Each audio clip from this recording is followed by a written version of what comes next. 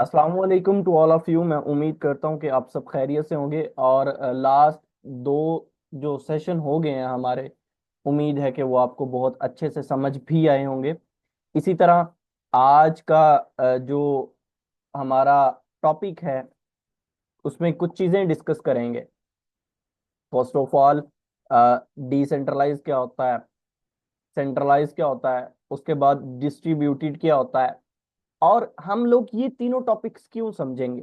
और ये टॉपिक्स समझना, या ये जो तीन चीजों के नाम लिए हैं, तीन पॉइंट्स के जो नाम लिए हैं, ये समझना क्यों जरूरी है। देखो, आप लोग जो बिजनेस कर रहे हो ना, ये एक डिसेंट्रलाइज बिजनेस है।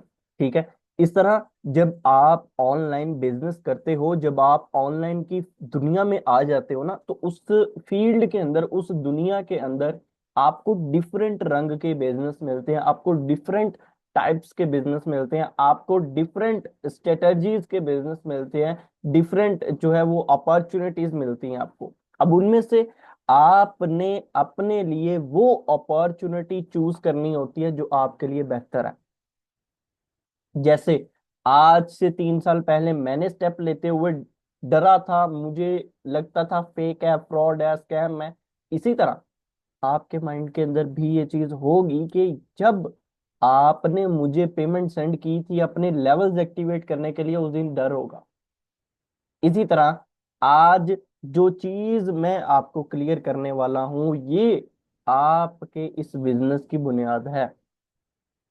ठीक है। तो जो भी पॉइंट्स बताऊंगा आपने काइंडली लाजमी नोट कर लेने हैं। फर्स्ट जो चीज गाइड करने लगा हूं मैं आप सबको, वो ये है कि देखें, जब ऑनलाइन की दुनिया के अंदर हम आते हैं ना, एक होता है डिजिटल बिजनेस, एक होता है फिजिकल बिजनेस, और एक होता है ऑनलाइन बिजनेस जो होता प्रोडक्ट बेस है, जिसको कहते हैं ई कॉमर्स। ई कॉमर्स के डिफरेंट जो है वो प्लेटफॉर्म्स हैं, शॉपिफाई, amazon, ईबे, डिफरेंट जो है ना वो इसके प्लेटफॉर्म्स हैं कि आप किस किस तरह जो है वो काम कर सकते हैं। ठीक है। और अगर डिजिटल बिजनेस पे आते हैं, Facebook, Instagram, OLX, LinkedIn, YouTube, TikTok, different platforms. अगर फिजिकल बिजनेस पे आते हैं, तो उसके अंदर हमारी अपनी फैक्ट्री होती है, वेयर हाउस होता है, प्रोडक्ट होती है, जो ग्राहक होते हैं, क्लाइंट्स होते हैं, मीटिंग्स होती हैं, सेल करते हैं, प्रॉफिट लेते हैं, ये सारा चीज है। राइट। अब हम जो आज के टॉपिक की तरफ जा रहे हैं, मैं आहिस्ता आहिस्ता उस टॉपिक की तरफ आपको लेके जा रहा हूँ। देखो, एक जो फिजिकल बिजनेस है उसके अंदर जब मैं बिजनेस कर रहा हूँ, तो ऑब्वियसली मैंने अपनी फैक्ट्री के अंदर स्टाफ हायर करना है, मैंने अपनी फैक्ट्री के अंदर कुछ ऐसे लोग चूज करने हैं जो लोग मेरा काम करेंगे। समझ में आ गया? उन लोगों को क्या नाम दिया जाता है? दूसरा, मैं खुद बिजनेस कर रहा हूँ। तीसरा, एक ऐसा काम जो मैं लिमिटेड कर रहा हूँ। फॉर एग्जाम्पल, एक ऐसा काम जिसके अंदर मैंने बिजनेस स्टार्ट किया है, लेकिन जो मेरा स्टाफ है वो लिमिटेड हायर करता हूं मैं नहीं चाहता कि मेरा बिजनेस बढ़े, मैं नहीं चाहता कि मुझे ज्यादा इनकम आए, बस मैं कहता हूँ कि मुझे 100 रुपया डेली का आ रहा, 100 ही काफी है। तो एक ऐसे बिजनेस को जो है वो लिमिटेड बिजनेस कहा जाता है। ठीक है। ना वो स्टाफ इंक्रीज करता है, ना वो स्टाफ कम करता है। अगर एक बंदा छोड़ के गया तो एक ही बंदा आएगा दोबारा, दो नहीं आएंगे। अब चलते हैं हम अपने मेन पॉइंट्स की तरफ।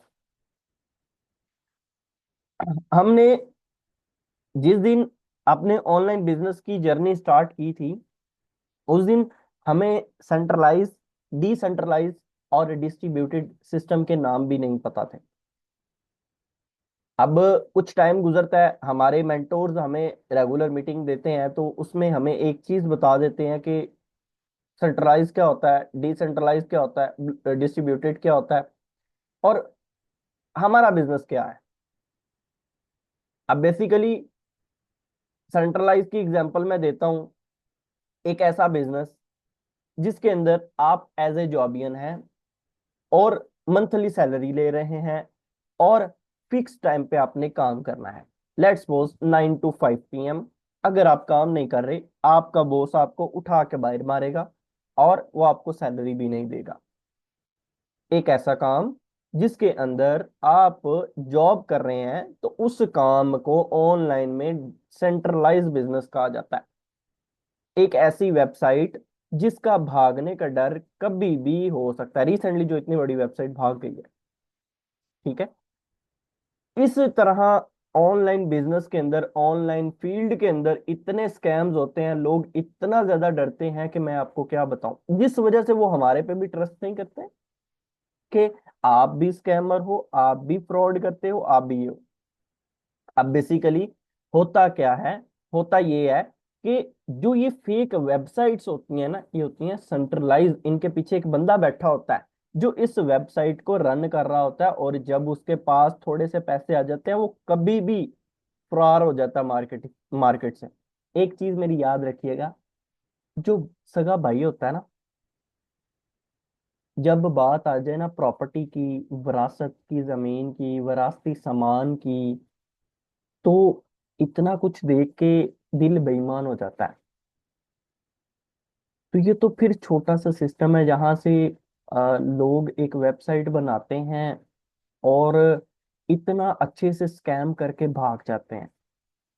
इनका एम ही ये होता है कि हमने इन लोगों को लूटना है, और हमारे जैसे क्रिएटर का एम ही आप लोगों की हेल्प करना है, फाइनेंशियली कंडीशन ठीक करना है। तो आप क्यों भागते हैं? क्योंकि ये जो दो टगे के लोग होते हैं, इन लोगों ने मार्केट का ट्रस्ट खराब किया होता है। अब आगे चलते हैं। ऐसे सिस्टम को सेंट्रलाइज कहते हैं, जो एक बंदा चला रहा है और उसका एम ही खराब है, और आप वहां पे जॉब कर रहे हैं जिसका कोई टाइम लिमिट का विड्रा, मतलब आपको अगर विड्रा चाहिए तो 4-5 दिन में आपका विड्रा आएगा। अगर आप चाहते हैं कि मैं यहाँ पे काम कर सकूं, तो 4-5 दिन बाद अपडेट आएगी। ये सारी चीजें। दूसरे बिजनेस की तरफ आ जाते हैं। ऑनलाइन फील्ड के अंदर आपके पास एक और अपॉर्चुनिटी होती है जिसको कहते हैं डिसेंट्रलाइज। एक ऐसा बिजनेस जिसके अंदर आपके पास कोई टाइम लिमिट नहीं है, आपके पास कोई जोर जबरदस्ती नहीं है, आपके पास अनलिमिटेड अर्निंग है, आपके पास कोई अपडेट नहीं है, आपके पास 100% पे आउट सिस्टम है, आपके पास कोई विड्रॉवल पेंडिंग लिमिट्स वाला सिस्टम नहीं है। यानी कि मैं एक ऐसे सिस्टम की बात कर रहा हूं जिस सिस्टम में आप सब काम कर रहे हैं, जिसका नाम मेटावेल है। अब मेटावेल के अंदर जो टोटली जितने भी हमारे सोर्स ऑफ इनकम है, या जो भी जिस भी तरह से इसको डिजाइन किया गया है, उस सिस्टम को डिसेंट्रलाइज कहते हैं। आप सब लोग, जैसा कि मैं हूं यहाँ पे, मैं जितनी भी देर से काम कर रहा हूं, तो यहाँ पे मैं एज ए जॉबियन काम नहीं कर रहा, मैं कोई थर्ड पर्सन काम नहीं कर रहा, मैं यहाँ पे बिजनेस पार्टनर हूँ और मैं बिजनेस ऑनर हूँ। इसी तरह अगर यहाँ पे मारिया वकास ने आईडी लगाई है, या फिर हैदर अली ने आईडी लगाई है, अली मुर्तजा ने आईडी लगाई है, तो ये लोग यहाँ पे बिजनेस ऑनर हैं पहले दिन से ही। ये लोग कोई सेकंड या थर्ड पर्सन नहीं है, ठीक है। ये लोग बिजनेस पार्टनर हैं। ये लोग जब मर्जी जितना मर्जी काम करके एक अच्छी इनकम कर सकते हैं। अब डिसेंट्रलाइज का मतलब ऐसा हुआ कि एक ऐसा सोर्स ऑफ इनकम, एक ऐसा आपके पास इनकम का जरिया है जो टोटली आपके काबू में। आप रात को 2 बजे उठते हो, काम करने शुरू लग जाते हो, आप रात के 3 बजे लर्निंग कर सकते हो, आप रात को कभी भी काम कर सकते हो, दिन में काम कर सकते हो, जब मर्जी अपनी अर्निंग का विड्रा ले सकते हो, आप जितना मर्जी कमाओ, आपको कोई थर्ड पार्टी पूछने वाली नहीं है, ठीक है। तो ये मैं मेटावेल की खूबियां बता रहा हूं कि आपके पास एक इतना अच्छा सिस्टम है, एक इतना अच्छा जबरदस्त प्लेटफॉर्म है जो टोटली डिसेंट्रलाइज है। उम्मीद है सेंट्रलाइज की समझ आ गई होगी, डिसेंट्रलाइज की भी समझ आ गई होगी। अब थर्ड पॉइंट पे चलते हैं कि डिस्ट्रीब्यूटेड सिस्टम क्या होता है। एक ऐसा सिस्टम जिसके अंदर काम करने वालों की लिमिट होती है। फॉर एग्जाम्पल, मैंने एक कंपनी ओपन की है और मैं स्टाफ को हायर करता हूँ। मैं कहता हूँ मुझे 100 लोगों की जरूरत है, और 100 लोगों में से मैं 99 वाला अगर छोड़ जाता है, तो मैं जस्ट एक पर्सन ही अपने बिजनेस के अंदर ऐड करूंगा, 2 से 3 नहीं ऐड करूंगा, क्योंकि मुझे जरूरत ही एक की है। तो एक ऐसे बिजनेस को जिसके अंदर काम करने वालों की लिमिट होती है, जिसकी फिक्स सैलरी होती है, जिसकी फिक्स अर्निंग होती है, वो अपनी अर्निंग को इंक्रीज नहीं करना चाहता, वो अपने बिजनेस को इंक्रीज नहीं करना चाहता, तो एक ऐसे सिस्टम को हम डिस्ट्रीब्यूटेड सिस्टम कहते हैं। उम्मीद है कि आपको डिस्ट्रीब्यूटेड सिस्टम की भी समझ आ गई होगी। अब बेसिकली बात आ जाती है आपके मेटावेल की, कि हमारा जो मेटावेल सिस्टम है ये डिसेंट्रलाइज है। बिल्कुल आपका सिस्टम डिसेंट्रलाइज है। अब डिसेंट्रलाइज क्यों है, मैंने आपको A to Z एक्सप्लेन कर दिया। अगर मैं आपसे यहाँ पे कमेंट सेक्शन में पूछता हूँ, चैट बॉक्स में पूछता हूँ, मुझे बताओ सबसे जबरदस्त सिस्टम कौन सा है, आपको तीन बताए, सेंट्रलाइज, डिसेंट्रलाइज और डिस्ट्रीब्यूटेड। आपके पास 10 सेकंड का टाइम है, मुझे बताओ इन तीनों में से अगर आपको एक बिजनेस मिले तो कौन सा चूज करोगे।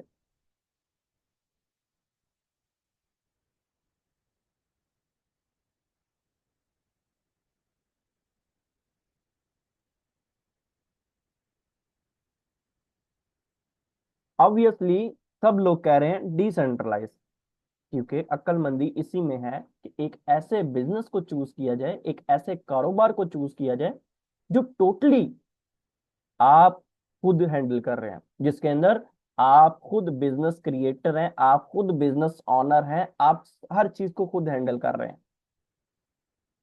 ठीक है।